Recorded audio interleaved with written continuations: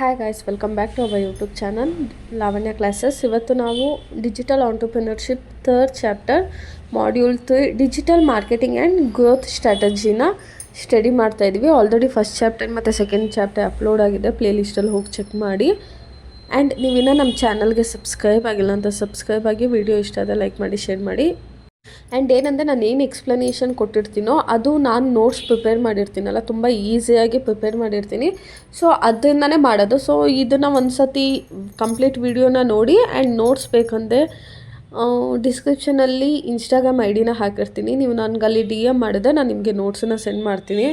So just ಆ notes ಹೇಗಿರುತ್ತೆ ಅಂದರೆ ಸುಮ್ಮನೆ ಒಂದು ಸತಿ ಓದಿದ್ದೆ ಅರ್ಥ ಆಗಿಬಿಡುತ್ತೆ. ಇಲ್ಲಿ ನೀವು ಎಕ್ಸಾಂಪಲ್ಸು ಎಕ್ಸ್ಪ್ಲನೇಷನ್ ಕೇಳಿ ನೋಟ್ಸನ್ನ ಓದಿದ ತಕ್ಷಣ ಅರ್ಥ ಆಗಿಬಿಡುತ್ತೆ. ಇವಾಗ ಥರ್ಡ್ ಚಾಪ್ಟರ್ನ ಸ್ಟಾರ್ಟ್ ಮಾಡೋಣ. ಏನು digital marketing and growth strategy. ಈಗ ಫಸ್ಟ್ ಕಾನ್ಸೆಪ್ಟು ಡಿಜಿಟಲ್ ಮಾರ್ಕೆಟಿಂಗ್ ಒಂದು ಕಾನ್ಸೆಪ್ಟು ಮತ್ತು ಗ್ರೋತ್ ಸ್ಟ್ರಾಟಜಿ ಅನ್ನೋದು ಒಂದು ಕಾನ್ಸೆಪ್ಟು.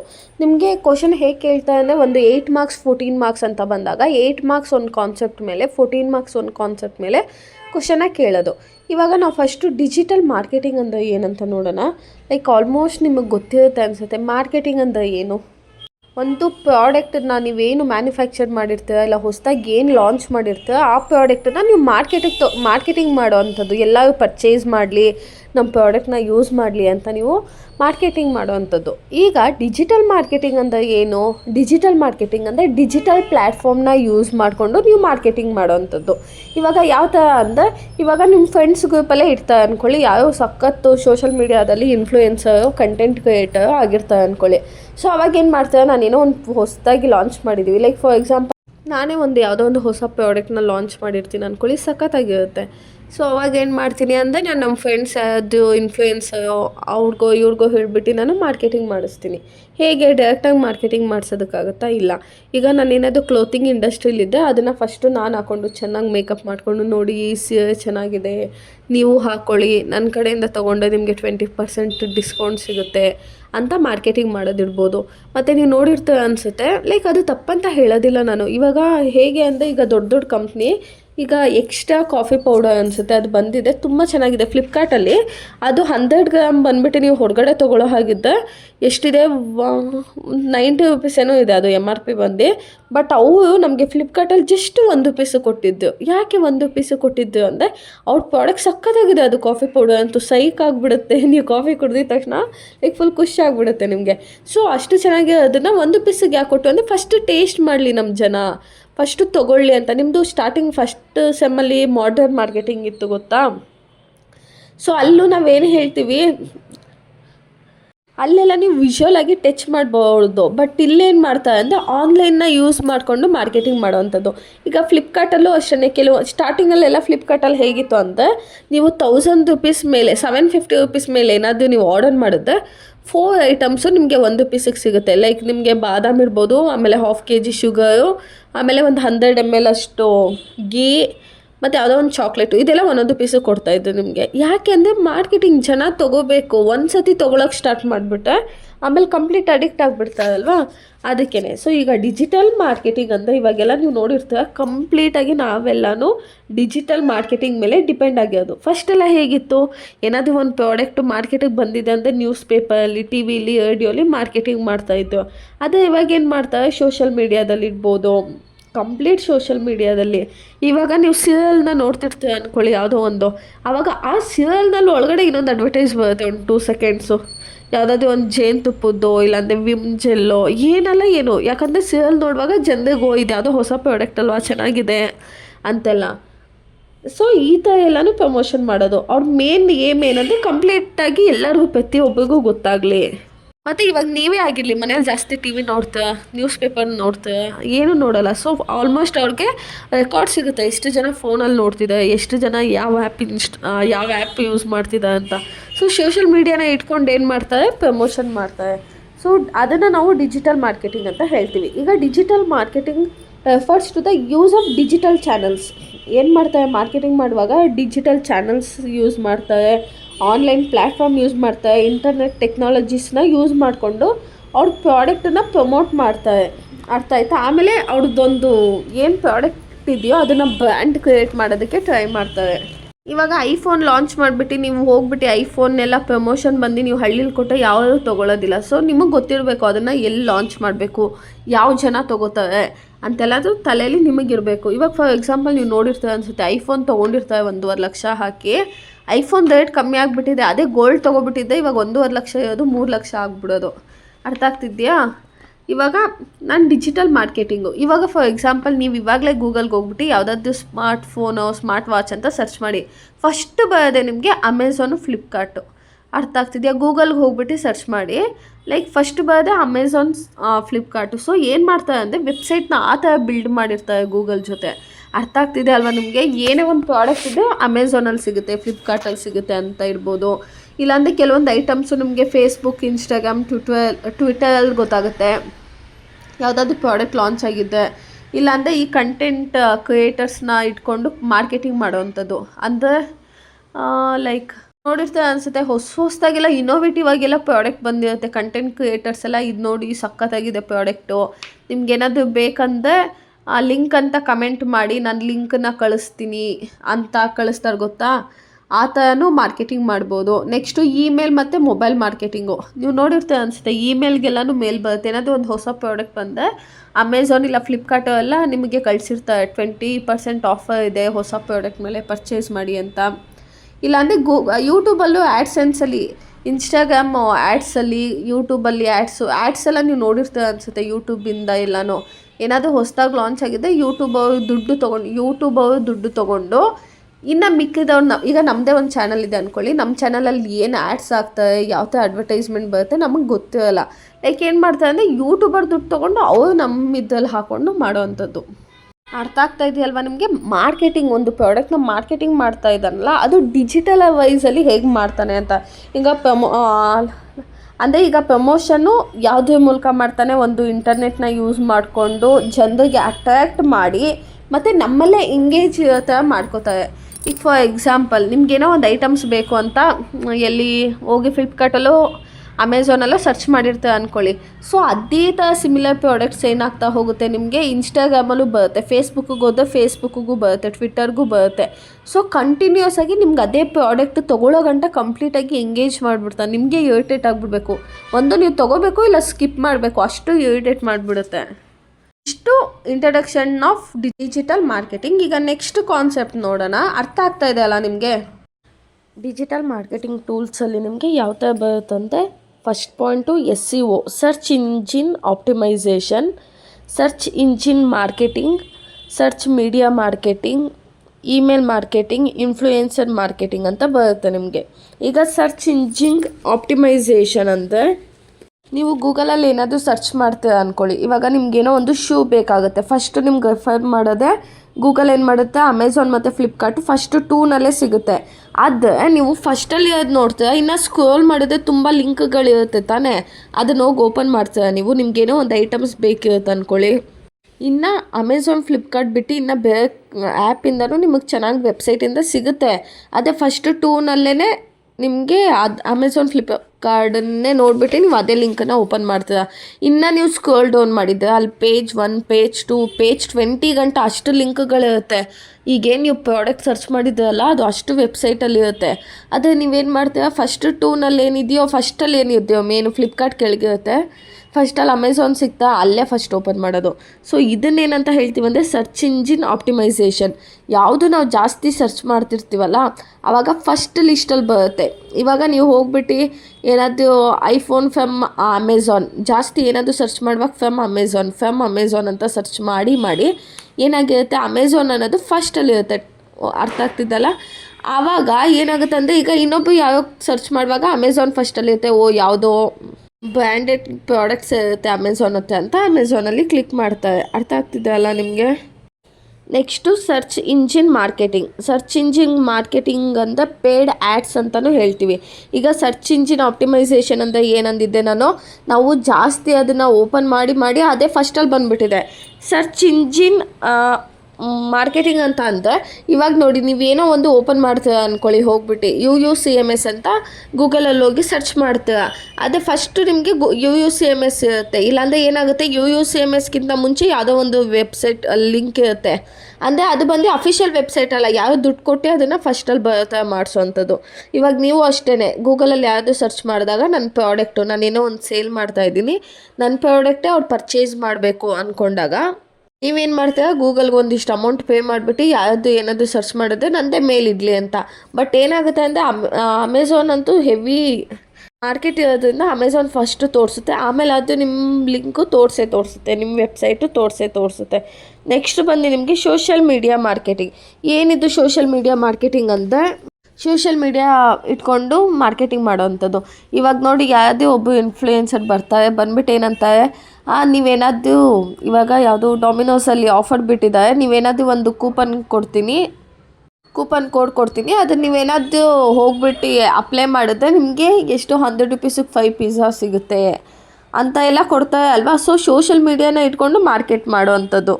ಯಾಕಂದರೆ ನಮ್ಮ ಜನ ಆಲ್ಮೋಸ್ಟ್ 90% ಸೋಷಿಯಲ್ ಮೀಡಿಯಾನಲ್ಲಿ ಇರೋದ್ರಿಂದ ಸೊ ಅವ್ರಿಗೂ ಯೂಸ್ ಆಗುತ್ತೆ ಅಂತ ಏನು ಮಾಡ್ತಾರೆ, ಸೋಷಿಯಲ್ ಮೀಡಿಯಾ ಮೂಲಕ ಮಾರ್ಕೆಟಿಂಗ್ ಮಾಡಿಸೋವಂಥದ್ದು.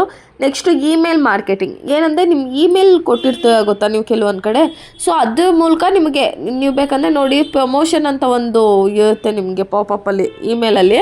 ಅಂದರೆ ಪ್ರಮೋಷನ್ ರಿಲೇಟೆಡ್ ಅಮೆಝಾನು, ಫ್ಲಿಪ್ಕಾರ್ಟು, ಈ ಶೂ ಬಂದಿದೆ, ಈ ಬಟ್ಟೆ ಬಂದಿದೆ, ಅದು ಬಂದಿದೆ ಅಂತೆಲ್ಲನೂ ನಿಮ್ಗೆ ಇಮೇಲಲ್ಲೂ ಬಿಡೋಲ್ಲ, ಅಲ್ಲೂ ನಿಮಗೆ ಮಾರ್ಕೆಟಿಂಗ್ ಮಾಡ್ತಿರ್ತಾರೆ.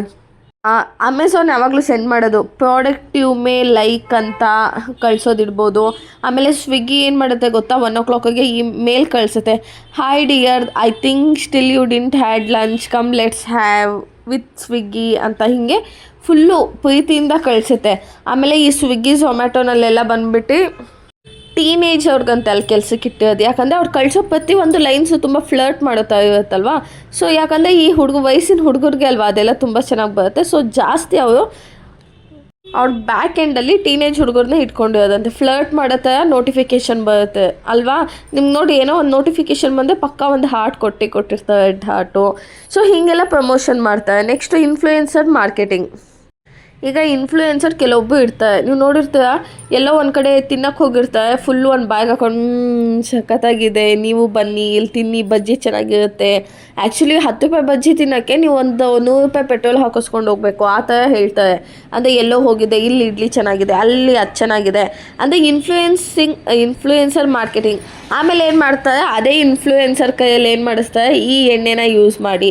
ಈಗ ಫುಡ್ ಇನ್ಫ್ಲೂಯೆನ್ಸರ್ ಆಗಿದ್ದರೆ ಅದೇ ಅಲ್ವಾ ಅವ್ನು ಮಾಡೋದು, ಈ ಆಯಿಲ್ ಯೂಸ್ ಮಾಡಿ, ಈ ಹಸಿಟ್ಟು ಯೂಸ್ ಮಾಡಿ, ನೀವು ನನ್ನ ಪೇಜನ್ನ ಫಾಲೋ ಮಾಡಿಕೊಂಡು ಆ್ಯಂಡ್ ಏನೋ ನಾನು ಒಂದು ಕೂಪನ್ ಕೊಡ್ತೀನಿ, ಅದನ್ನು ಯೂಸ್ ಮಾಡಿದ್ರೆ ನಿಮಗೆ 50% ಆಫರ್ ಇರುತ್ತೆ.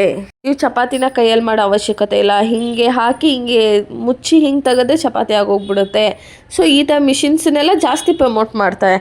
ಹಾಗೆ ಈಗ ಕೊಲಾಬ್ರೇಷನ್ನು ಬ್ಯೂಟಿ ಇನ್ಫ್ಲೂಯೆನ್ಸರ್ ಜೊತೆನೇ ಜಾಸ್ತಿ ಅವ್ರು ಮಾಡೋದು.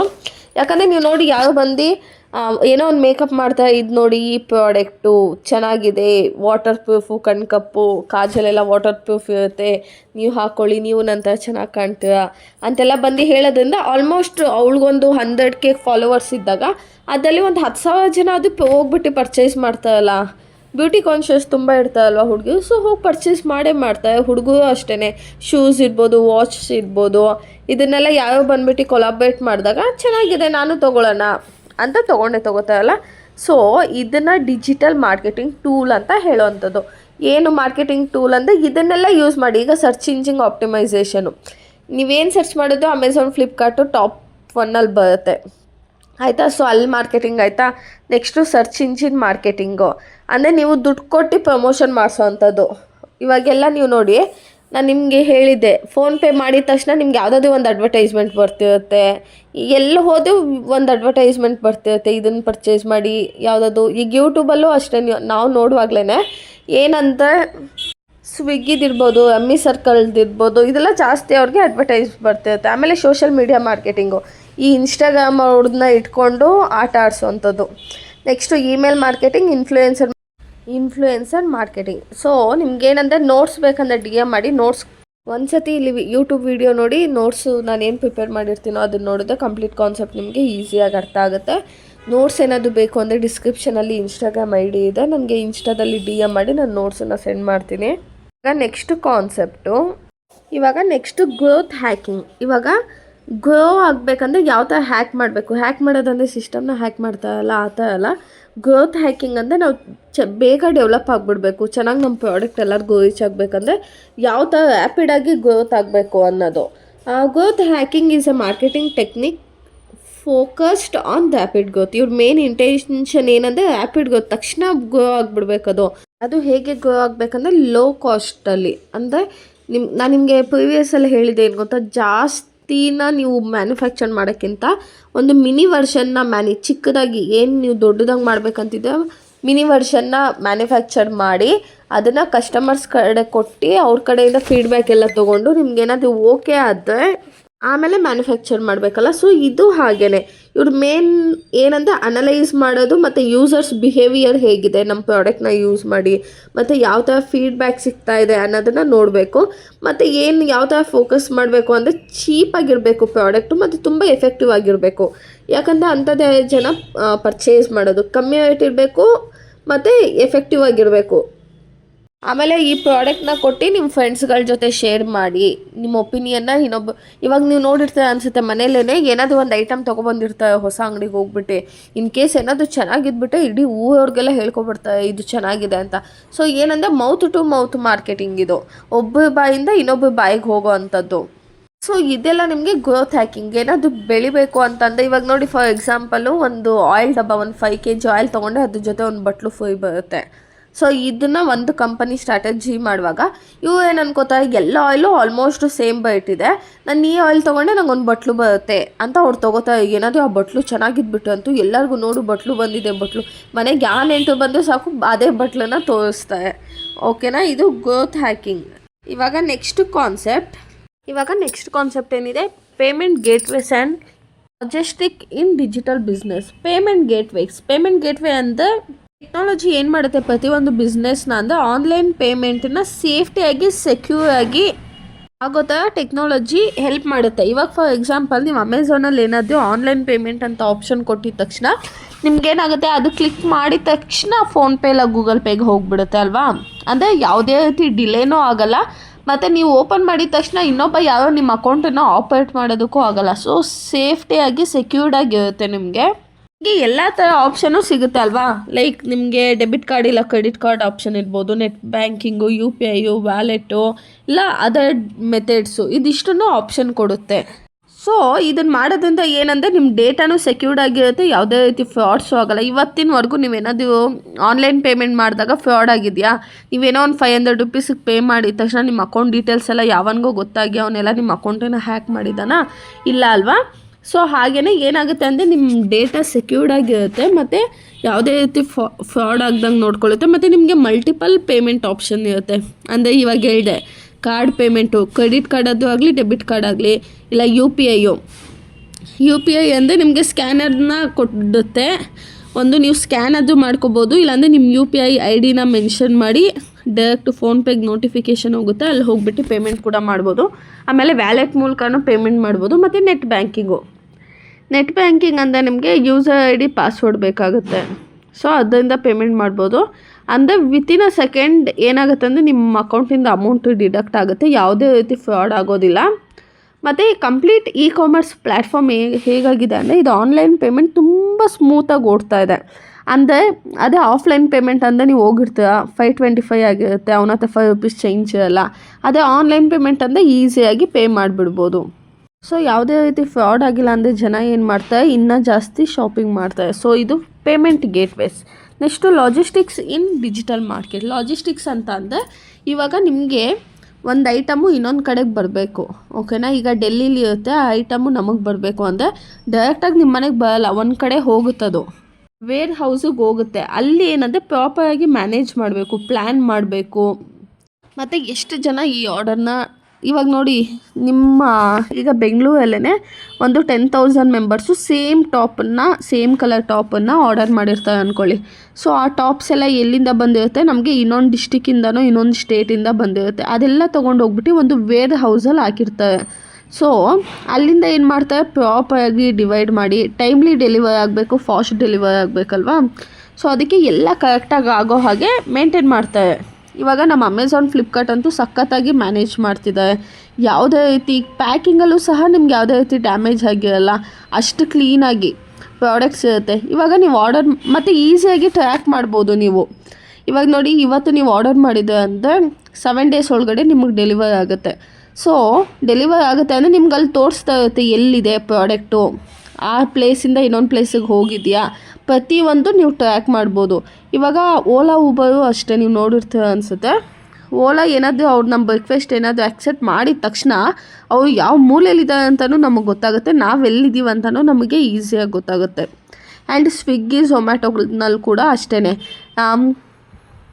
ಅವರು ಎಲ್ಲಿಂದ ಬರ್ತಾ ಇದ್ದಾರೆ, ಆನ್ ದ ವೇ ಏನಾದರೂ ಜಾಮ್ ಇದೆಯಾ, ಏನಿದೆ, ಎಲ್ಲಿದೆ, ಪ್ರತಿಯೊಂದು ಲೈವ್ ಲೊಕೇಶನು ಈಸಿಯಾಗಿ ಟ್ರ್ಯಾಕ್ ಮಾಡ್ಬೋದು ನಾವು. ಇವಾಗ payment gateway and logistics in digital marketing ಅಂತ ಏನಂತ ಗೊತ್ತಾಯ್ತಲ್ಲ. ಈಗ ನೆಕ್ಸ್ಟ್ ಕಾನ್ಸೆಪ್ಟ್ ನೋಡೋಣ. ನೆಕ್ಸ್ಟು ಕಸ್ಟಮರ್ ರಿಟೆನ್ಷನ್ ಏನಂದರೆ, ಕಸ್ಟಮರ್ಸು ನಮ್ಮ ಹತ್ರ ಒಂದು ಸತಿ ಬಂದಿದ್ದಾರೆ ಅಂದರೆ ಆ ಕಸ್ಟಮರ್ಸು ಇನ್ನೊಂದು ಕಡೆ ಹೋಗಬಾರ್ದು, ಇನ್ನೊಂದು ಪ್ರಾಡಕ್ಟ್ನ ಯೂಸ್ ಮಾಡಬಾರ್ದು. ಇಲ್ಲಾಂದರೆ ಇನ್ನೊಂದು ವೆಬ್ಸೈಟು, ಈಗ ಅಮೆಝಾನ್ಗೆ ನೀವೇನಾದರೂ ಲಾಯಲ್ ಕಸ್ಟಮರ್ ಅಂದರೆ ನೀವು ಅಮೆಝಾನ್ ಬಿಟ್ಟು ಇನ್ಯಾವ ಆ್ಯಪ್ ಕಡೆನೂ ತಲೆ ಹಾಕು ಮಲ್ಕೋಬಾರ್ದು. ಸೊ ಅದನ್ನು ನೀವು ಹೇಗೆ ಮೇಂಟೈನ್ ಮಾಡ್ತೀರಾ? ಕಸ್ಟಮರ್ ನಿಮ್ಮ ಹತ್ರನೇ ಇರಬೇಕಂದ್ರೆ ನೀವು ಕಸ್ಟಮರ್ನ ಹ್ಯಾಪಿಯಾಗಿ ಇಡಿಸ್ಕೋಬೇಕು ಮತ್ತು ನಿಮ್ಮಲ್ಲೇ ಎಂಗೇಜ್ಡ್ ಆಗಿರಬೇಕು, ಹೊರಗಡೆ ಹೋಗಬಾರ್ದು. ಏನೇ ಒಂದು ಐಟಮ್ ತೊಗೋಬೇಕಂದ್ರೂ ಫಸ್ಟು ನಿಮ್ಮ ಆ್ಯಪು, ಈಗ ಅಮೆಝಾನ್ ಯೂಸ್ ಮಾಡ್ತಿದ್ದೀನಿ ಅಂತ ಅಂದ್ಕೊಳ್ಳಿ. ಯಾಕಂದರೆ ಅಮೆಝಾನಲ್ಲಿ ಪ್ರಾಡಕ್ಟ್ಸ್ ಎಲ್ಲನೂ ತುಂಬ ಚೆನ್ನಾಗಿರುತ್ತೆ ಅಂತ ನಮಗೆ ತಲೆಯಲ್ಲಿ ಕುತ್ಕೊಬಿಟ್ಟಿದೆ. ಯಾಕಂದರೆ ಆ ರೀತಿಲಿ ಅವರು ಪ್ರಮೋಷನ್ ಮಾಡಿದ್ದಾರೆ, ದೊಡ್ಡ ದೊಡ್ಡ ಆ್ಯಕ್ಟರ್ಸ್, ಫಿಲಮ್ ಆ್ಯಕ್ಟರ್ಸ್ನೆಲ್ಲ ಕರ್ಕೊಬಂದು ಅವರು ಪ್ರಮೋಷನ್ನ ಮಾಡಿಸಿದ್ದಾರೆ. ಅಮೆಝಾನ್ನ ನಾವು ಆರಾಮಾಗಿ ನಂಬೋದು, ಯಾವುದೇ ರೀತಿ ಮೋಸ ಆಗೋಲ್ಲ ಅಂತ. ಈಗ ಅಮೆಝಾನ್ ಹತ್ರ ಇಷ್ಟು ಕಸ್ಟಮರ್ಸ್ ಇದೆ ಅಂದರೆ ಕಂಪ್ಲೀಟಾಗಿ ಈಗ ಅಮೆಝಾನ್ಗಿಂತ ಚೀಪಾಗಿ ಫ್ಲಿಪ್ಕಾರ್ಟಲ್ಲೂ ಸಿಗುತ್ತೆ, ಅಮೆಝಾನ್ ಫ್ಲಿಪ್ಕಾರ್ಟ್ಗಿಂತ ಚೀಪಾಗಿ ಮೀಶೋಲ್ಲೂ ಸಿಗುತ್ತೆ. ಸೇಮ್ ಕ್ವಾಲಿಟಿ ಪ್ರಾಡಕ್ಟ್ಸು ಕೆಲವೊಂದು, ಅದಕ್ಕಿಂತ ಇಲ್ಲಿ ಒಂದು 200-300 ರೂಪೀಸ್ ಕಮ್ಮಿಗೆ ಸಿಗುತ್ತೆ. ಆದರೂ ಜನ ಏನು ಮಾಡ್ತಾರೆ, ಮೀಶೋಗೆ ಹೋಗಲ್ಲ, ಅಮೆಝಾನ್ ಹತ್ರನೇ ಹೋಗ್ತಾರೆ. ಯಾಕಂದರೆ ಅಮೆಝಾನ್ ಹತ್ರ ಪಕ್ಕಾ ಇರುತ್ತೆ, ಕ್ವಾಲಿಟಿ ಹೈಫೈ ಆಗಿರುತ್ತೆ. ಏನಾದರೂ ಪ್ರಾಡಕ್ಟ್ ಎಲ್ಲನೂ ಬ್ರ್ಯಾಂಡೆಡೇ ಸಿಗುತ್ತೆ ನಮಗೆ, local product, electrical product local ಎಲ್ಲ ಸಿಗೋಲ್ಲ ಅಂತ. ಸೊ ಈಗ ಕಸ್ಟಮರ್ ರಿಟೆನ್ಷನ್ ಅಂತ ಅಂದರೆ, ಈಗ ನೀನು ಹೊಸ ಕಸ್ಟಮರ್ನ ಹುಡುಕ್ಬೇಕಂದ್ರೆ ಏನು ಮಾಡಬೇಕು, ಮತ್ತೆ ಪ್ರಮೋಷನ್ ಮಾಡಬೇಕು, ಮತ್ತು ಯಾವುದೋ ಒಂದು ಆ್ಯಕ್ಟರ್ಗೆ ₹1,000 ಕೊಟ್ಬಿಟ್ಟು ತೊಗೊಬಂದು ಮತ್ತೆ ಅಡ್ವರ್ಟೈಸಿಂಗ್ ಮಾಡಿಸ್ಬೇಕು. ಅದೇನೇ ಇರೋ ಕಸ್ಟಮರ್ನೇ ನೀನು ಸ್ಯಾಟಿಸ್ಫೈ ಮಾಡಿದ್ರೆ ಅವ್ರು ಹಾಗೆ ಇರ್ತಾರಲ್ವ, ಹೊಸ ಕಸ್ಟಮರ್ ಅವಶ್ಯಕತೆಯೇ ಇರೋಲ್ಲ.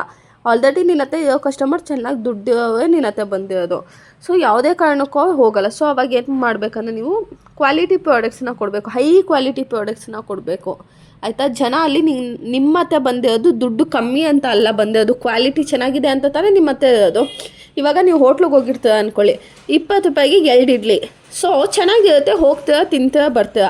ಅದೇ ಅವನು ₹10ಗೆ 2 ಇಡ್ಲಿ ಕೊಟ್ಟು ಹುಳಿ ಇದ್ದ ಇಡ್ಲಿ ನೀವು ತಿಂತೀರಾ, ಇಲ್ಲ ಅಳ್ಸೋಗ್ಬಿಟ್ಟಿದ್ದ ತಿಂತೀರಾ, ನೀವು ತಿನ್ನಲ್ಲ ಅಲ್ವಾ.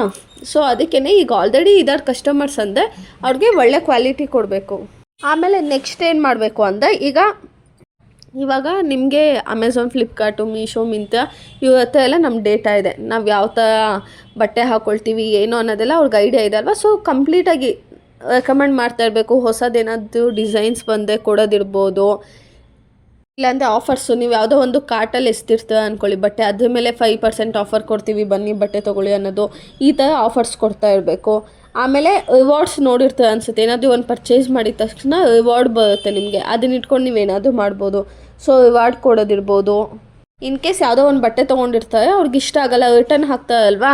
ಇವಾಗ ಅಂಗಡಿಗೆ ಹೋಗ್ಬಿಟ್ಟು ಬಟ್ಟೆ ಚೆನ್ನಾಗಿಲ್ಲ ವಾಪಸ್ ತೊಗೊಳ್ಳಿ ಅಂದರೆ ಅಂಗಡಿಯವ್ನ ಮುಖ ಎಲ್ಲ ಫುಲ್ ಉರ್ಕೊಬಿಟ್ಟು ಫುಲ್ ನಿಮ್ಮನ್ನು ಗುರಾಯಿಸ್ಬಿಟ್ಟು ದುಡ್ಡನ್ನು ವಾಪಸ್ ಕೊಟ್ಟು ಕಳಿಸ್ತಾನೆ. ಅದೇ ಆನ್ಲೈನ್ ಶಾಪಿಂಗ್ ಪ್ಲ್ಯಾಟ್ಫಾರ್ಮಲ್ಲಿ ನೀವು ಇಲ್ಲಿವರೆಗೂ ನೋಡಿದ್ರೆ ನಿಮ್ಗೆ ಏನಾದರೂ ಬಟ್ಟೆ ಇಷ್ಟ ಆಗಲ್ಲ ಅಂದರೆ ಓಕೆ ಫೈನ್, ನೀವು ಯಾವುದಾದ್ರೂ ಬೇರೆ ಬಟ್ಟೆ ತೊಗೊಳ್ಳಿ ಅಂತ ತಕ್ಷಣ ರಿಫಂಡ್ ಆಗಿಬಿಡುತ್ತೆ. ಸೊ ತಕ್ಷಣ ರಿಫಂಡ್ ಆಗೋದ್ರಿಂದ ಏನಾಗುತ್ತೆ, ನಿಮಗೆ ನಂಬಿಕೆ ಇನ್ನೂ ಜಾಸ್ತಿ ಬೆಳೆಯುತ್ತೆ. ನಾವಿಲ್ಲೇ ಬಟ್ಟೆ ತೊಗೊಳ್ಳೋಣಪ್ಪ, ಚೆನ್ನಾಗಿರುತ್ತೆ, ರಿಫಂಡು ಇನ್ ಕೇಸ್ ಇಷ್ಟ ಇಲ್ಲ ಅಂದರೆ ರಿಟರ್ನ್ ಮಾಡಿಬಿಡೋಣ. ಅಂದರೆ ಈಗ ಲಾಕ್ಡೌನ್ ಟೈಮಲ್ಲಿ ಯಾವ ಥರ ಶೋಕಿ ನಡೀತಿತ್ತು ಅಂದರೆ, ವಿತಿನ್ 7 ಡೇಸ್ ರಿಟರ್ನ್ ಮಾಡಬೇಕಲ್ವ, ಬಟ್ಟೆನ ಆರ್ಡರ್ ಮಾಡೋದು, ಹಾಕ್ಕೊಳ್ಳೋದು, ಅದು ಫೋಟೋ ತೊಗೊಳ್ಳೋದು, ರೀಲ್ಸ್ ಮಾಡೋದು, ಮತ್ತು ಅದನ್ನು ರಿಟರ್ನ್ ಮಾಡಿಬಿಡೋದು. ಸೊ ಈ ಥರ ನಡೀತಾ ಇತ್ತು. ಅಂದರೆ ಇವಂದು ಏನು ಇದು ಮಾಡೋದಿಲ್ಲ, ಟ್ಯಾಗ್ ಏನಾದರೂ ಕಿತ್ತಾಕಿದ್ರೆ ಮಾತ್ರ ಅದು ನಿಮ್ಮದೇ ಅಂತ. ಸೊ ಈ ಥರ ಆಫರ್ಸ್ ಕೊಡೋದಿರ್ಬೋದು, ಇಲ್ಲ ಏನಾದರೂ ಪ್ರಾಬ್ಲಮ್ ಆದರೆ ಎನ್ಕ್ವೈರಿ ಮಾಡೋದು ಪ್ರಾಪರಾಗಿ. ಇನ್ ಕೇಸ್ ರಿಟರ್ನ್ ಹಂಗೆ ಆಗ್ತಾಗ ಪ್ರಾಪರಾಗಿ ರೆಸ್ಪಾನ್ಸ್ ಮಾಡೋದು, ಅವ್ರದ್ದು ಅಮೌಂಟ್ ಏನಿದೆ ಅದನ್ನು ರಿಫಂಡ್ ಮಾಡೋದು, ಹಂಗೆ ಮಾಡಬೇಕು. ಅಕಸ್ಮಾತ್ ಈಗ ರಿಟರ್ನ್ ಹಾಕಿದ್ರೆ ಅಂತ ಒಂದು 15-20 ದಿನ ನಿಮ್ಮ ದುಡ್ಡು ಇಟ್ಕೊಂಡು ಆಟ ಆಡ್ಸೋದು, ಚೋಕ್ ಕೊಡ್ತೀನಿ ಅನ್ನೋದು ಅದೆಲ್ಲ ಮಾಡಬಾರ್ದು. ಓಕೆನಾ. ಆಮೇಲೆ ಅವ್ರ ಕಡೆಯಿಂದನೇ ಫೀಡ್ಬ್ಯಾಕ್ ತೊಗೋಬೇಕು ನೀವು. ಏನು ಫೀಡ್ಬ್ಯಾಕ್ ಅಂದರೆ ಹೇಗಿದೆ, ಈಗ ಹೇಗೆ ಎಕ್ಸ್ಪೀರಿಯನ್ಸ್ ಇದೆ, ಇನ್ನೂ ಏನಾದರೂ ಇಂಪ್ರೂವ್ ಮಾಡಬೇಕಾ, ಇದನ್ನೆಲ್ಲ ನೀವು ಕಸ್ಟಮರ್ ಕಡೆಯಿಂದನೇ ಫೀಡ್ಬ್ಯಾಕ್ ತೊಗೊಳ್ಳೋದ್ರಿಂದ ಏನಾದರೂ ಚೇಂಜಸ್ ಇದೆ ನೀವು ಚೇಂಜ್ ಮಾಡ್ಕೋಬೋದು. ಅವಾಗ ಈಸಿ ಆಗುತ್ತೆ. ಆಮೇಲೆ ಕಸ್ಟಮರ್ ಖುಷಿ ಆಗುತ್ತೆ, ಓ ನಾನು ಹೇಳಿದ್ದಕ್ಕೆ ಈ ಥರ ಚೇಂಜಸ್ ತಂದಿದ್ದಾರೆ ಅಂತ ಅವ್ರಿಗೂ ಖುಷಿ ಆಗುತ್ತೆ. ಕಸ್ಟಮರ್ ರಿಟೆನ್ಷನ್ ಅಂದರೆ ಏನಂತ ಅರ್ಥ ಆಯ್ತಲ್ಲ, ಕಸ್ಟಮರ್ಗೆ ಕಂಪ್ಲೀಟಾಗಿ ಸ್ಯಾಟಿಸ್ಫೈ ಮಾಡಿ ಖುಷಿಯಾಗಿ ಕಳಿಸ್ಕೊಡೋ ಅಂಥದ್ದು. ಇವಾಗ ನೆಕ್ಸ್ಟ್ ಕಾನ್ಸೆಪ್ಟ್ ನೋಡೋಣ. ಇವಾಗ ನೆಕ್ಸ್ಟ್ ಕಾನ್ಸೆಪ್ಟು ವೈರಲ್ ಕ್ಯಾಂಪೈನ್ಸ್. ವೈರಲ್ ಕ್ಯಾಂಪೈನ್ಸ್ ಅಂದರೆ ಏನು ಹೇಳಿ, ಮುಂಚೆ ಎಲ್ಲನೂ ಒಂದು ಕಡೆ ಹೋಗಿ ಕ್ಯಾಂಪೈನಿಂಗ್ ಮಾಡ್ತಾಯಿದ್ದೆ ಅಲ್ಲ ಸ್ಕೂಲಲ್ಲಿ, ಕಾಲೇಜಲ್ಲಿ, ಅದೇ ಥರ ಈಗ ಪ್ರಾಡಕ್ಟನ್ನ ಡಿಜಿಟಲಲ್ಲಿ ಹೇಗೆ ವೈರಲ್ ಮಾಡ್ತಾರೆ ಅಂತ. ಇವಾಗ ಹೇಗೆ ಅಂದರೆ ಕಂಪ್ಲೀಟಾಗಿ ಕ್ರಿಯೇಟಿವ್ ಆಗಿರ್ಬೋದು, ಇಲ್ಲ ಎಮೋಷ್ನಲ್ ಆಗಿ. ಇವಾಗ ಪ್ರಾಡಕ್ಟ್ ನೋಡಿದ್ರೆ ಹೌದು ನಾನು ಯೂಸ್ ಮಾಡಬೇಕು ಅಂತ ಎಮೋಷ್ನಲ್ ಆಗಿ ಅನ್ನಿಸ್ಬೇಕು, ಆ ಥರ ಡಿಸೈನ್ ಮಾಡಿ ರ್ಯಾಪಿಡ್ಲಿ ಆನ್ಲೈನಲ್ಲಿ ಶೇರ್ ಮಾಡೋವಂಥದ್ದು. ಹೇಗೆ ಅಂತ ನಾನು ಹೇಳ್ತೀನಿ ನೋಡಿ. ಇವಾಗ ಯಾವುದೋ ಒಂದು ಲಿಪ್ಸ್ಟಿಕ್ ಬಂದಿದೆ ಅಂದ್ಕೊಳ್ಳಿ, ನೀವು ಶೇರ್ ಚಾಟ್ ಯಾವುದೋ ಒಂದು ಆ್ಯಪ್ ಇದೆಯಲ್ಲ, ಸ್ನ್ಯಾಪ್ಚಾಟಲ್ಲಿ ಹೇಗಂದರೆ ಯಾವುದಾದ್ರು ಲಿಪ್ಸ್ಟಿಕ್ ಎಲ್ಲ ಏನು ಮಾಡ್ತಾರೆ ಅಂದರೆ ಅಲ್ಲಿ ಡಿಸ್ಪ್ಲೇ ಆಗುತ್ತೆ, ನೀವು ಜಸ್ಟ್ ಸೆಲ್ಫಿ ತೊಗೊಂಡು ಅದು ನಿಮ್ಮ ಲಿಪ್ಪಿಗೆ ಅಪ್ಲೈ ಆಗುತ್ತೆ ಲಿಪ್ಸ್ಟಿಕ್ಕು. ಸೊ ಆ ಹ್ಯಾಶ್ಟ್ಯಾಗ್ನ ಯೂಸ್ ಮಾಡಿಕೊಂಡು ನೀವು ಇದು ಮಾಡ್ಬೋದು. ಸೊ ನಿಮ್ಗೆ ಅವಾಗ ಏನು ಅನ್ಸುತ್ತೆ ಹೇಳಿ, ವಾವ್ ಈ ಕಲರ್ ಲಿಪ್ಸ್ಟಿಕ್ ಎಷ್ಟು ಚೆನ್ನಾಗಿ ಕಾಣ್ತಿದೆ ಅಲ್ವಾ ಅಂತ ನಿಮಗೆ ಫೀಲ್ ಆಗಿ ಲಿಪ್ಸ್ಟಿಕ್ಕನ್ನು ಪರ್ಚೇಸ್ ಮಾಡ್ತೀರ ಅಲ್ವಾ. ಅದೇ ಥರ ಅಂದರೆ ಒಂದು ಪ್ರಾಡಕ್ಟ್ನ ಯಾವ ಥರ ಮಾರ್ಕೆಟಿಗೆ ಆನ್ಲೈನಲ್ಲಿ ವೈರಲ್ ಆಗಿ ಕ್ಯಾಂಪೈನ್ ಮಾಡ್ತಾರೆ ಅಂದರೆ ಹ್ಯಾಶ್ಟ್ಯಾಗ್ನ ಯೂಸ್ ಮಾಡಿಕೊಂಡು. ಈಗ ಕೋಕೋ-ಕೋಲಾ ಅವ್ರು ಏನು ಮಾಡಿದ್ವಿ ಅಂದರೆ ಲೈಕ್ 120 ರೂಪೀಸ್ ಬಾಟಲ್ ಇರುತ್ತಲ್ಲ, ಅದನ್ನು ಚೆನ್ನಾಗಿ ಶೇಕ್ ಮಾಡಿ ಕ್ಯಾಪನ್ನು ಓಪನ್ ಮಾಡಿದ್ರೆ ಏನಾಗುತ್ತೆ, ಅದು ಬುಸ್ ಅನ್ನುತ್ತಲ್ವ. ಸೊ ಆ ಥರ ವೀಡಿಯೋ ಮಾಡಿಬಿಟ್ಟು ಅಪ್ಲೋಡ್ ಮಾಡಿ ನಮ್ಮ ಹ್ಯಾಶ್ಟ್ಯಾಗ್ನ ಯೂಸ್ ಮಾಡಿ ವಿನ್ ಆದವ್ರಿಗೆ ಎಷ್ಟು ಪ್ರೈಸ್ ಕೊಡ್ತೀವಿ ಅಂತ. ಸೊ ನಿಮಗೆ ಅರ್ಥ ಆಗ್ತಾ ಇದೆಯಾ ಯಾವ ಥರ ಎಲ್ಲ ಮಾರ್ಕೆಟಿಂಗ್ ಮಾಡ್ತಿದ್ದಾರೆ ಅಂತ. ಆಮೇಲೆ ಡವ್ನವರು ಅಷ್ಟೇ, ಡವ್ ಸೋಪ್ ಯೂಸ್ ಮಾಡ್ತೀವಲ್ಲ, ರಿಯಲ್ ಬ್ಯೂಟಿ ಸ್ಕೆಚಸ್ ಅಂತ ಅವ್ರ ಕಾನ್ಸೆಪ್ಟ್ ಸ್ಟಾರ್ಟ್ ಮಾಡಿದ್ದು. ಏನಂದರೆ ಇವಾಗ ಒಂದು ಬಸ್ಸಲ್ಲೋ ಎಲ್ಲೋ ಹೋಗ್ತಾ ಇರ್ತಾರೆ, ಎಲ್ಲರ ಮುಖ ಡಲ್ ಆಗಿರುತ್ತೆ, ಒಬ್ಳು ಮಾತ್ರ ತುಂಬ ಕಾನ್ಫಿಡೆಂಟ್ ಆಗಿರ್ತಾಳೆ, ಯಾಕಂದರೆ ಅವಳು ಡವ್ ಸೋಪ್ ಯೂಸ್ ಮಾಡಿರ್ತಾಳೆ ಅಂತ. ಸೊ ಅವಳು ಸ್ಕಿನ್ನೆಲ್ಲ ಗ್ಲೋ ಆಗ್ತಿರುತ್ತೆ. ಸೊ ಇದೇನಾಯಿತು ಯೂಟ್ಯೂಬಲ್ಲಿ ಅಂದರೆ 114 ಮಿಲಿಯನ್ ಅಷ್ಟು ವ್ಯೂಸ್ ಆಯಿತು. ಹಾಗೆಯೇ ಸೇಲ್ಸು ಕೂಡ ತುಂಬ ಬೂಸ್ಟ್ ಆಯಿತು. ಅರ್ಥ ಆಗ್ತಿದೆ ಅಲ್ವಾ. ಅಂದರೆ ನೀವೇನಾದರೂ ಫುಲ್ಲು ಡವ್ ಸೋಪ್ನ ಯೂಸ್ ಮಾಡಿದ್ರೆ ನಿಮಗೆ ಕಾನ್ಫಿಡೆನ್ಸ್ ಬರುತ್ತೆ, ನನ್ನ ಸ್ಕಿನ್ ಎಷ್ಟು ಚೆನ್ನಾಗಿದೆ ಅಲ್ವಾ ಅಂತ. ನಾನು ನಿಮ್ಗೆ ಹೇಳಿದ್ನಲ್ಲ ಕೋಕೋ-ಕೋಲಾ ಶೇಕ್ ಮಾಡಿ ಕ್ಯಾಪ್ ಓಪನ್ ಮಾಡೋದು ಅಂತ. ಈವನ್ ಅದೊಂದು ಅದೇನು ರೀಲ್ಸ್ ಮಾಡಿ ಅಪ್ಲೋಡ್ ಮಾಡ್ತಾರಲ್ಲ, ಆವಾಗಲಿಂದ 2% ಅಷ್ಟು ಸೇಲ್ಸ್ ಜಾಸ್ತಿ ಆಗಿತ್ತಂತೆ. ಆಮೇಲೆ ಝೊಮ್ಯಾಟೊ ಅವ್ರದ್ದು ಅಷ್ಟೇ, ಝೊಮ್ಯಾಟೊನಲ್ಲೂ ಅಷ್ಟೇ ಫುಡ್ ಆರ್ಡರ್ ಮಾಡಿ ಹ್ಯಾಶ್ಟ್ಯಾಗ್ ಅಂತ ಈಗ ತುಂಬ ಜನ ನೋಡಿರ್ತಾರಲ್ವ, ನಾನು ಬೆಳಗ್ಗೆ ಇದು ತಿಂದೆ, ಮಧ್ಯಾಹ್ನ ಇದು ಕುಡಿದೆ ಅಂತೆಲ್ಲ ಅಪ್ಲೋಡ್ ಮಾಡ್ತಾರಲ್ಲ. ಸೊ ಈವನ್ ಹಾಗೂ ಸೇಲ್ಸು ಜಾಸ್ತಿ ಆಗ್ತಿದೆ. ಅಂದರೆ ವರ್ಚುವಲ್ ಕ್ಯಾಂಪೈನ್ಸ್ ಅಂದರೆ ನಿಮಗೆ ವರ್ಚುವಲ್ ಆಗಿ ಅದನ್ನು ಯೂಸ್ ಮಾಡ್ಕೊಂಡು ಅವ್ರ ಪ್ರಾಡಕ್ಟ್ನ ಹೇಗೆ ಪ್ರಮೋಟ್ ಮಾಡ್ತಾ ಇದ್ದಾರೆ ಅನ್ನೋದು ನಮ್ಗಿಲ್ಲಿ ಗೊತ್ತಾಗುತ್ತೆ. ಸೊ ಏನಾಗುತ್ತೆ, ಸೇಲ್ಸ್ ಬೂಸ್ಟ್ ಆಗುತ್ತೆ. ಆಮೇಲೆ ಜನರೂ ಅಷ್ಟೇ ಕಾನ್ಫಿಡೆಂಟಾಗಿ ಆ ಪ್ರಾಡಕ್ಟ್ನ ಯೂಸ್ ಮಾಡ್ತಾರೆ, ಯಾವುದೇ ರೀತಿ ಡಿಸ್ಅಡ್ವಾಂಟೇಜಸ್ ಇಲ್ಲ, ನಮ್ಗೆ ಯಾವುದೇ ರೀತಿ ಹಾರ್ಮ್ ಆಗಲ್ಲ ಅಂತ ಯೂಸ್ ಮಾಡ್ತಾರೆ. ಈಗ ನೆಕ್ಸ್ಟ್ ಕಾನ್ಸೆಪ್ಟ್ ನೋಡೋಣ. ಮತ್ತು ಏನು ಗೊತ್ತಾ, ಏನು ನೋಟ್ಸಲ್ಲಿ ಇರುತ್ತೋ ಅದನ್ನೇ ನೀವು ಬರೀಬೇಡಿ, ಕಾನ್ಸೆಪ್ಟ್ನ ಅರ್ಥ ಮಾಡ್ಕೊಳ್ಳಿ, ಓನಾಗಿ ಮೇನ್ ಪಾಯಿಂಟ್ ಒಂದು ಹಾಕಿ ಅದು ಒಳಗಡೆ ಎಲ್ಲ ನಿಮ್ಗೆ ಇಷ್ಟ ಬಂದಿದ್ದೆಲ್ಲ ಕುಯ್ದು ಕತೆ KGF ಪಾರ್ಟ್ 1 ಪಾರ್ಟ್ 2 ಅದನ್ನೆಲ್ಲ ಬರೆದ್ಬಿಟ್ಟು ಬನ್ನಿ. ಅದೇ ಈ ಮಾರ್ಕೆಟಿಂಗ್ ರಿಲೇಟೆಡೇ ಇರಬೇಕೇ ಹೊರತು ಬೇರೆ ಕಾನ್ಸೆಪ್ಟ್ ಇರಬಾರ್ದು. ಓನಾಗಿ ಅಟೆಂಡ್ ಮಾಡಿ, ಮೇನ್ ಪಾಯಿಂಟ್ಸ್ ಮಾತ್ರ ಸೇಮ್ ಇರಲಿ, ಮಿಕ್ಕಿದ್ದೆಲ್ಲ ಅದು ಒಳಗಡೆ ಕಂಟೆಂಟ್ ಎಲ್ಲ ಓನಾಗಿ ಅಟೆಂಡ್ ಮಾಡಿ, ಆಯಿತಾ. ನೆಕ್ಸ್ಟು ಡಿಜಿಟಲ್ ಮಾರ್ಕೆಟಿಂಗ್ ಮೆಥಡ್ಸ್ ಅಂದರೆ ಇವಾಗ ಫಾರ್ ಎಕ್ಸಾಂಪಲ್ ನಾನೊಂದು ಯಾವುದೋ ಒಂದು ಪ್ರಾಡಕ್ಟ್ನ ಲಾಂಚ್ ಮಾಡಿದ್ದೀನಿ ಅಂದ್ಕೊಳ್ಳಿ. ಆ ಪ್ರಾಡಕ್ಟ್ನ ಲಾಂಚ್ ಮಾಡಿಬಿಟ್ಟು ನಾನು ಯಾವುದೋ ಒಂದು ಇನ್ಫ್ಲೂಯೆನ್ಸರ್ಗೆ ಕೊಟ್ಬಿಟ್ಟು ಏನು ಹೇಳಿದ್ದೀನಿ, ಈ ಲಿಂಕನ್ನು ಓಪನ್ ಮಾಡಿ ನಮ್ಮ ಪ್ರಾಡಕ್ಟನ್ನು ಯಾರ್ಯಾರು ಪರ್ಚೇಸ್ ಮಾಡ್ತಾರೋ ಆವಾಗ ನಾನು ಹಿಂಗೆ ಪೇ ಮಾಡ್ತೀನಿ. ಈಗ ಸ್ಟೋರಿಗೆಲ್ಲ ಹಾಕಿರ್ತಾರೆ ಗೊತ್ತಾ, ಸ್ಟೋರಿಗೆ ಹಾಕಿದಾಗ ಒಂದು 10,000 ಜನ ನೋಡಿರ್ತಾರೆ ಅವ್ರ ಸ್ಟೋರಿನ. ಸೊ ನಮಗಿಲ್ಲೆಲ್ಲ ಗೊತ್ತಾಗುತ್ತೆ 10,000 ಜನ ನೋಡಿದ್ದಾರೆ, ಲೈಕ್ ಅವ್ರದ್ದು ಹಳೆ ಫಾಲೋವರ್ಸೇ ನೋಡೋದು, ಹೊಸೊಬ್ಬರು ಒಂದು 5,000 ಜನ ನೋಡಿರ್ತಾರೆ. ಆಮೇಲೆ ನಮ್ಮ ಪ್ರಾಡಕ್ಟ್ನ ನೋಡೋದಕ್ಕೆ ಎಷ್ಟು ಜನ ಕ್ಲಿಕ್ ಮಾಡಿದ್ದಾರೆ ಆ ಲಿಂಕನ್ನು, ಆಮೇಲೆ ಆ ಕ್ಲಿಕ್ ಮಾಡಿದ್ಮೇಲೆ ಎಷ್ಟು ಸೆಕೆಂಡ್. ಈಗ ನಾವು ಒಂದೊಂದು ಸತಿ ನೋಡುವಾಗ ಮಿಸ್ ಆಗಿ ಲಿಂಕ್ ಕ್ಲಿಕ್ ಆಗಿಬಿಡುತ್ತೆ. ಸೊ ಇವಂದು ಅವ್ರಿಗೆ ಅದು ಗೊತ್ತಾಗುತ್ತೆ, ಇದು ಮಿಸ್ಸಾಗಿ ಕ್ಲಿಕ್ ಮಾಡಿದ ಇಲ್ಲ ಇಂಟೆನ್ಷನಲಿ ಕ್ಲಿಕ್ ಮಾಡಿದ. ಈಗ ನೀವೇನೋ ಒಂದು ಬೇಕಂತಾನೆ ಕ್ಲಿಕ್ ಮಾಡಿರ್ತೀರ, ಒಳಗಡೆ ಹೋಗಿ ಲಾಗಿನ್ ಆಗಿ ಪ್ರಾಡಕ್ಟ್ ಏನು ಅಂತ ನೋಡಿರ್ತೀರ, ಓಕೆನಾ. ಸೊ ಅವಾಗ ಅವ್ರಿಗೊಂದು ನಮ್ಮ ಪ್ರಾಡಕ್ಟ್ ಬಗ್ಗೆ ಇವ್ರಿಗೆ ಇಂಟ್ರೆಸ್ಟ್ ಇದೆ ಅಂತ ಒಂದು ಗೊತ್ತಾಗುತ್ತೆ. ಇವಾಗ ಕೆಲವೊಬ್ಬರು ಏನು ಮಾಡ್ತಾರೆ, ಯೂಸರ್ ಐ ಡಿ ಲಾಗಿನ್ ಆಗ್ತಾರೆ, ಒಂದು ಇಮೇಲಿಂದ ಇಲ್ಲಾಂದರೆ ಫೋನ್ ನಂಬರಿಂದ ಲಾಗಿನ್ ಆಗ್ತಾರಲ್ವಾ. ಸೊ ಈವನ್ ಆ ರೆಕಾರ್ಡು ಗೊತ್ತಾಗುತ್ತೆ ಅವ್ರಿಗೆ. ಈಗ ಮಿಸ್ಸಾಗಿ ಕ್ಲಿಕ್ ಮಾಡಿ ಬ್ಯಾಕ್ ಹೋಗ್ಬಿಟ್ಟೆ, ಓ ಇವ್ರಿಗೆ ನಮ್ಮ ಪ್ರಾಡಕ್ಟ್ ಇಷ್ಟ ಇಲ್ಲ, ಈಗ ಯಾರೋ ಬಂದು ಕ್ಲಿಕ್ ಮಾಡಿದ್ದಾರೆ, ಮಾಡಿಬಿಟ್ಟು ಎಲ್ಲ ಸ್ಕ್ರೋಲ್ ಮಾಡಿ ನಮ್ಮ ಡೀಟೇಲ್ಸ್ ಎಲ್ಲ ನೋಡಿದ್ದಾರೆ. ಆಮೇಲೆ ಈಗ ನಾನು ಹೇಳಿದೆ ಒಂದು ಇನ್ಫ್ಲೂಯೆನ್ಸರ್ಗೆ ಇಷ್ಟು ದುಡ್ಡು ಕೊಟ್ಟಿರ್ತೀವಿ ಅಂತ. ಅವ್ರಿಗೆ ಹೇಗೆ ಪೇ ಮಾಡ್ತೀವಿ ಅಂದರೆ ಒಂದು ಕ್ಲಿಕ್ಗೆ ಒಂದು 10 ರೂಪೀಸ್ ಥರ. ಈಗ ಕ್ಲಿಕ್ ಮಾಡಿ ಮಿಸ್ಸಾಗಿ ಕ್ಲಿಕ್ ಆಗಿರುತ್ತಲ್ವ ಅದಕ್ಕೆಲ್ಲ ಪೇ ಮಾಡಲ್ಲ. ಆಮೇಲೆ ಪರ್ಚೇಸ್ ಮಾಡಿದ್ಮೇಲೂ ಅಷ್ಟೇ ಇಷ್ಟು % ಪ್ರಾಫಿಟಲ್ಲಿ 1% ಇಲ್ಲ 2% ಅಷ್ಟು ಅವ್ರಿಗೆ ಪೇ ಮಾಡೋದು. ಸೊ ಇದನ್ನು ನಾವೇನಂತ ಹೇಳ್ತೀವಿ ಅಂದರೆ ಡಿಜಿಟಲ್ ಮಾರ್ಕೆಟಿಂಗ್ ಮೆಟ್ರಿಕ್ಸ್ ಅಂತ ಹೇಳ್ತೀವಿ. ಎಷ್ಟು ಜನ ಒಂದು ವಿಡಿಯೋನ ನೋಡಿದ್ದಾರೆ, ಅದರಲ್ಲಿ ಎಷ್ಟು ಜನ ಲಿಂಕನ್ನ ಕ್ಲಿಕ್ ಮಾಡಿ ಒಳಗಡೆ ಹೋಗಿದ್ದಾರೆ, ಎಷ್ಟು ಜನಕ್ಕೆ ನಮ್ಮ ಪ್ರಾಡಕ್ಟ್ ಇಂಟ್ರೆಸ್ಟ್ ಇದೆ ಅನ್ನೋದನ್ನು ನಮಗೆ ಇದರಲ್ಲಿ ಗೊತ್ತಾಗುತ್ತೆ.